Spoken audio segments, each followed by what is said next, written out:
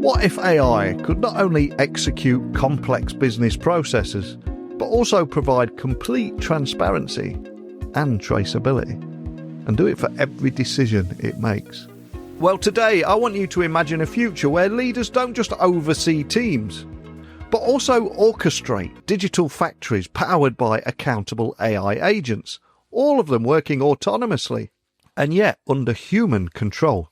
Well, my guest today is going to be talking about Maisa and how they've developed a groundbreaking knowledge processing unit, or KPU, and a unique chain of work approach, where unlike traditional AI models that generate answers based on probability, their technology focuses on generating traceable processes to reach those answers, addressing one of AI's most pressing issues. Yep, I'm talking about hallucinations. And this technology isn't theoretical. It's already being used across industries far and wide, from automotive, oil and gas, and finance, ultimately helping organisations streamline critical business processes, maintain regulatory compliance, and reduce costs. So what does all this mean for leadership? How will agentic AI reshape roles, responsibilities, and decision-making structures in businesses all around the world? Well, enough from me. It's time for me to bring today's guest on, who will introduce himself and share his insights on the future of leadership, where oversight and strategic thinking becomes more important than day-to-day execution. And together we'll also explore the governance frameworks, why they're essential for mitigating tasks as AI agents proliferate. So, as agentic AI becomes mainstream, how is your organisation going to adapt? Will you lead the AI revolution, or will you struggle to keep up? Hopefully today's guest will make that journey a little bit easier. So, let's get him on the podcast now.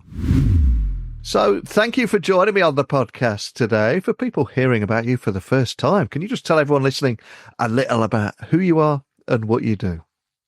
Yeah, for sure. Thank you for having me here, and I'm glad to be invited. I'm David, the CEO and co-founder at Maisa. Maisa is a Spanish AI and American AI company that we are changing the paradigm on enterprise automation and transparency. But on my end, I come from working directly on AI for a lot of years. I was director of product and Spanish AI voice changer technology that hyper scaled, and we raised 23 million. It was a great experience. Then chief AI officer in another company. I was lucky enough to be very, very early on this wave of AI, one of the very early testers of GPT-3, beta tester of GPT-4. So I was able to see the wave that was coming, and now the wave, I think that it has arrived.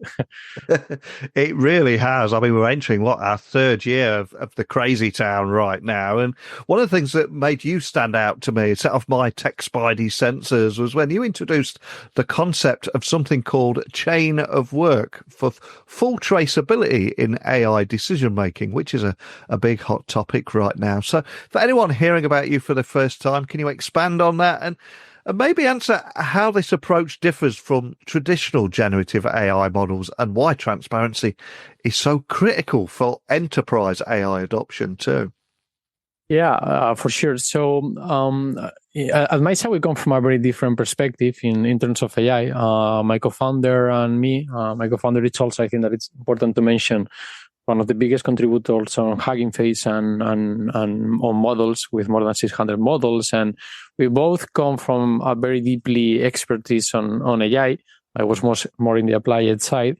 But we very early noticed that there were a lot of problems that they weren't solved as we expected. At the end, AI are probabilistic models. So they are just, in a way, predicting the next token. And that means that by definition, if you use them to generate answers, you are always going to get a probability of not going right. And that's the well-known problem of hallucinations.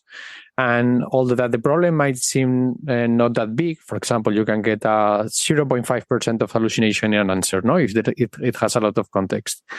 That doesn't seem a problem, but once you have a multi-step process that you need to read something, then you need to put that information in another side, and then you need to make a report, for example, that involves a lot of steps. If you have 6 steps, that's now 10% error rate. If you have 60 steps to make, now it's 60% of error rate.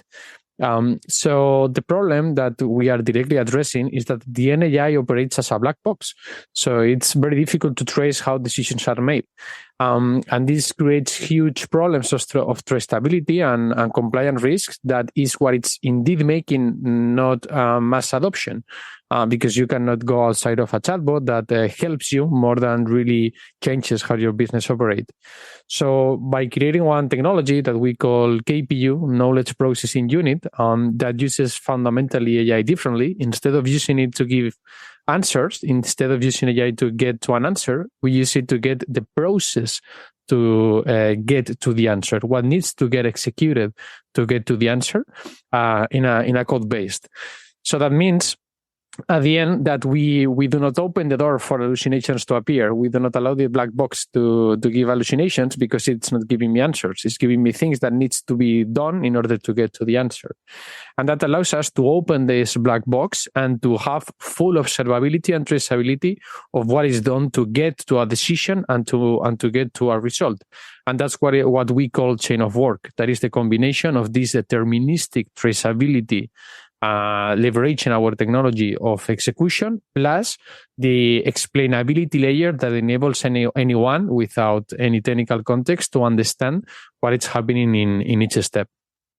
And towards the end of last year, Gartner famously predicted that agentic AI would dominate 2025, and it seriously seems to be doing just that. And this year, we're saying agentic AI is predicted to reshape leadership and organizational structures by 2030, just 5 years away. So I'm curious, how do you see leadership roles evolving as businesses begin managing AI-powered digital factory knowledge workers alongside human workers? Yeah, no, I think that it's a great question. I think that by the next years to come, 2020 to 2030, like I had to thought about that. Like, yeah, that's 5 years away. The time flies. It's coming soon.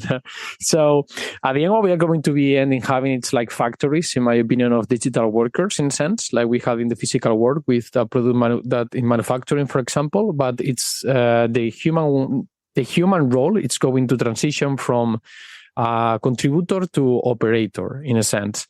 So what it's going to be doing, it's at the end, it's going to have a full swarm of agents, talking out agents of things that are able to conduct tasks intelligently, and that can go from making huge researchers and report over the research to propose decisions over complex situations that would have taken ages to make.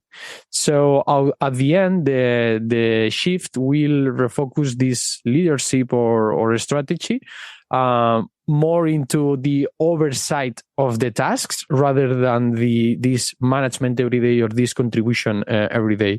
So I see companies evolving, having more and more workers making the jobs, and humans with our unique context and understanding of data points that we have as living beings in the world, providing the right feedback or context for making sure that what has done makes sense. This will make teams of 5 execute like teams of 500 people that are right now, and this is going to completely reshape how the world looks like. You have to think also in that sense that we are very, very early on AI. And what I mean by that is that we are in the 80s and we have computers that have 20 kilobytes, and we think that's insane. And we have AI making, I don't know, like half, right now up to 3,000 tokens per second. That is like 10 pages of content per second. It's the limit where we are right now, but that is going to hyperscale. And you have to think that in 5 years from now, we will have agents capable of doing a Quixote of content, like the book, every single second, or creating a full code base almost every second. So that's that amount of generation that it's going to come. First, needs to have a way that can be trustable, but secondly, we completely reshape how we approach what can be done in the day-to-day works, and what is the productivity of the companies. And the human role and leaders are going to be more generalists, capable of managing and conducting AI to do what it needs to achieve than just making them the job. As you right now use Excel, for example, to do account to work, it's going to be very similar. And of course, with the proliferation of AI agents, and large organizations will be implementing thousands of them, I would imagine there also comes risks that might be financial losses or even reputational damages. So what safeguards and governance measures should these organizations be implementing to mitigate some of those risks when deploying thousands of agentic AI agents out there?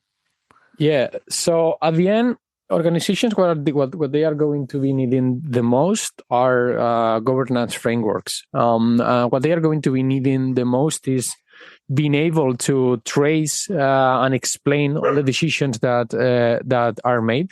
They are going to be able to include the human in the loop with oversight, meaning that not enabling just AI to operate autonomously, but being there for the decisions to be made, like approving or rejecting one mortgage, for example, or at the final stage might need to still involve AI in the middle. But at the end, if we do not have this layer of trustability or full accountability, we are not going to be able to make these systems operate in the real world with compliance and overcome these risks.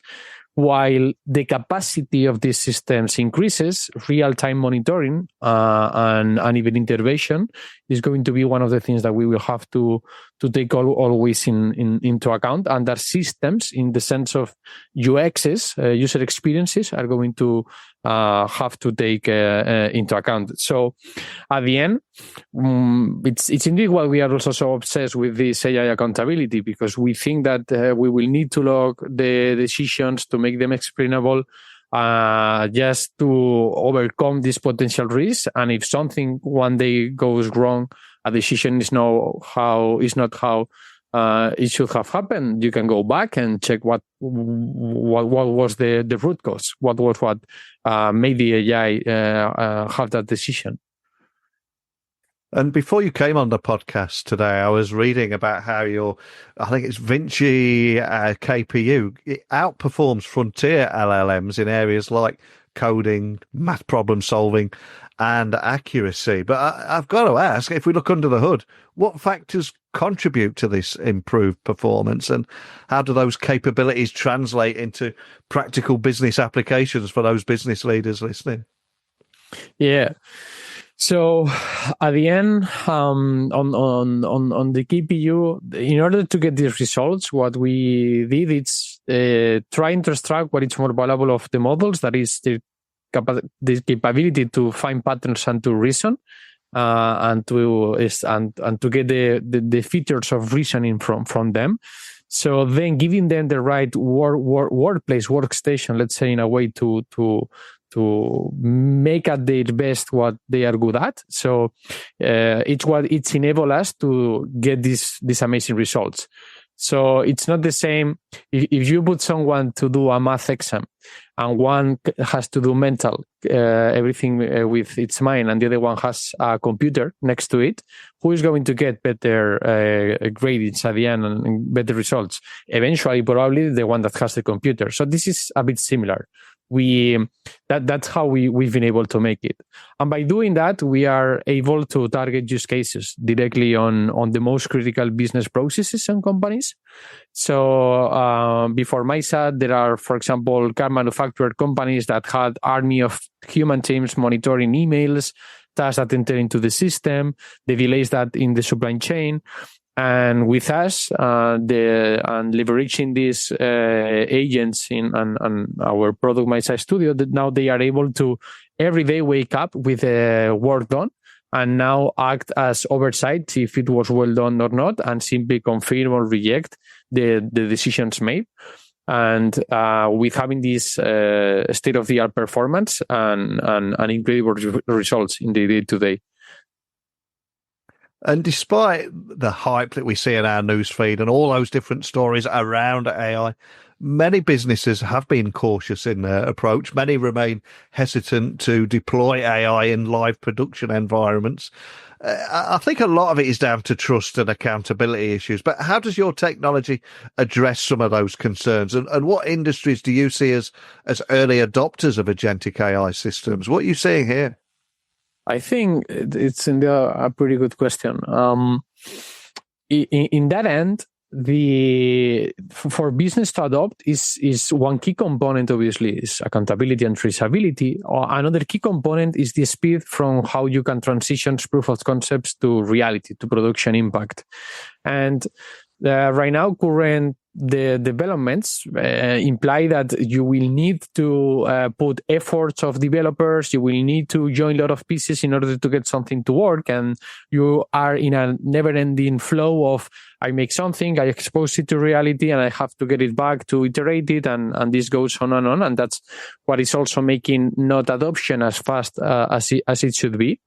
And early adopters at the end include major players like I can tell you that almost every industry has in their budget this year to experiment with AI, and only those who are able to not just create chatbots and that really are able to create these agentic process automations are the ones that are going to see more impact.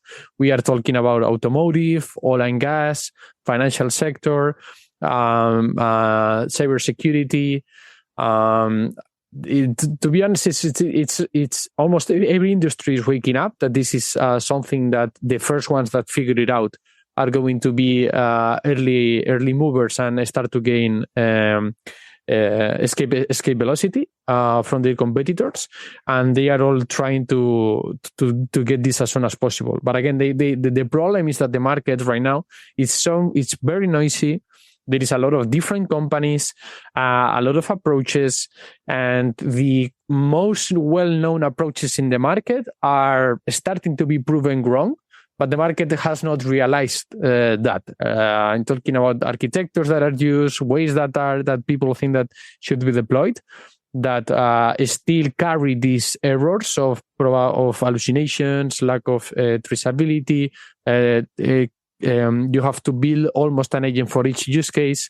So yeah, this is how what I think that it's happening in adoption and the industries that will get more impact.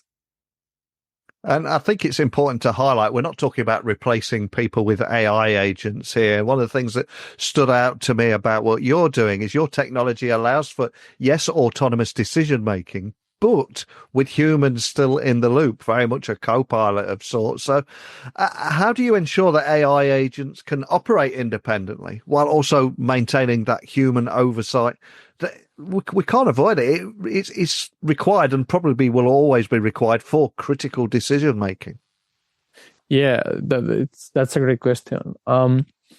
So the thing that we don't think never about replacement, because there is one thing that is very tacit, implicit, that is the know-how that you gain based on experience on a job, and that no one has that documented in any place because it's literally in your mind, and that's why you are an expert or a senior in a job, and you have that in your mind.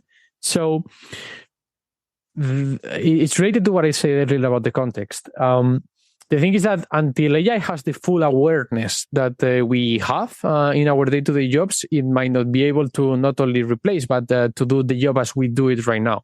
But what is going to be able to help us with is to create almost the 90% of the job. So I can spend the last 10% into what really adds value, or what really is the small things that are the decision made, but have everything already pre-made. That is the looking for information, making the analysis, making the comparisons, preparing a report, getting into the solutions. So how we can make sure that we stay in control is always in a very pragmatic way, putting AI between the decisions that need to write to databases, that need to act over our system of records and stage it. I think that we are still going to encounter, and that in the years to come, that we feel more safe, even if it has it 1,000 times right, the human being the one saying, okay, I agree with sending this email, or I agree with this decision that has been made. And this is how I see that this is going to be going for the next years to come. Obviously, things will evolve during the time, but we will have this intrinsic value of having a unique awareness of how everything operates, and that I don't see in the short term AI being able to have. You've had so many early adopters from a broad spectrum of industries, including major players in the automotive, oil and gas and financial sectors, to name but a few. So just to bring to life what we're talking about here and the kind of value add that we're talking about, do you have any real world examples of how your agentic AI is being used to strengthen operations and meet regulatory requirements? Because it's not about the tech, it is a real business value add we're talking about here, right? Yeah. So similar to the one that I told you before, we have with different car manufacturers that we try, for those companies, we always try to differentiate by addressing critical business processes. So we go for the high risk, high value, because we think that those are the ones that really change the odds over what your company can achieve with AI. And those include the example of having this army of procurement teams that monitors all the information daily, and that they are always on delays and cannot overwhelmed by the amount of work that they have to do, that they proactively in their existing workflow, in their existing UIs, already see every day the job done, prepared to be delivered.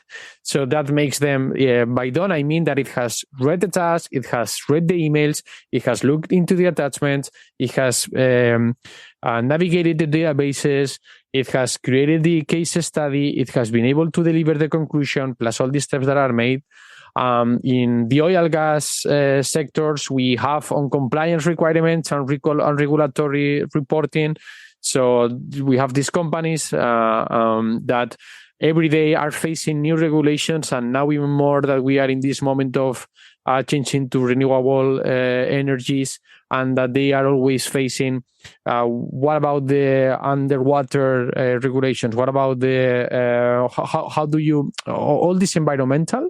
They have, again, armies of humans having to look for that information, putting that into a Teams channel, having to ping the right person, then it needs to read it, then it needs to put comments, check by its own regulations internally, then send it to the group again, that goes into all the companies that work there together from in the industry. So what we do in that example is that every time that a new file is received, we directly read it, understand what is it about, check for the stakeholders that need to be informed that this is something that relates to them, for the decision makers and for the owners of these verticals. Then it checks again for the organization information about what is its positioning as a company. And at the end, it's able to make the comments, deliver the analysis, ping the right person that, hey, here you have this document was received, here you have nailed the document, here are the comments that I made based on these things that are in our company, and this is the conclusion that should be made. So what would take 1 week of work literally takes a few minutes, even an hour, if you want to go into more details of reviewing. So these are impactful use cases, non-chatbots that you go and blow everything, but that happen almost in the background, and suddenly you wake up almost with the work ready to be reviewed and done. And we started the podcast today talking about that 2030 goal that's waiting on the horizon, already under 5 years. But if we do look ahead, where do you see the biggest opportunities and challenges for agentic AI over the next 3 to 5 years? And how are you positioning yourself to lead in this continuously evolving space? So I think that the opportunities that we can find is that enterprises will redefine workflows in a lot of senses. They will try to reduce the inefficiencies in the decision making, and they will start investing more into adoption. That means that I see that as opportunities, they will reshape how their processes work to become more efficient and to don't have us to wait weeks for a decision with them. So the opportunities are coming mostly for a redefinition of the processes and the workflows of how they operate. But the challenge is also a very interesting point, because I think that regulation will increase in a lot of senses, and it will require more and more AI to be transparent and accountable. It's going to be just a matter of time that people that right now are not caring about errors are suddenly creating a snowball, that it will be just a matter of time that they realize that it's too big for them to control, and we'll need to take that into more consideration. And then also we will see, I think, more companies creating and retraining employees, so creating academies or systems to train their internal employees to work effectively with AI. And one last challenge that I would say is that companies will also reshape how is their technology stack made.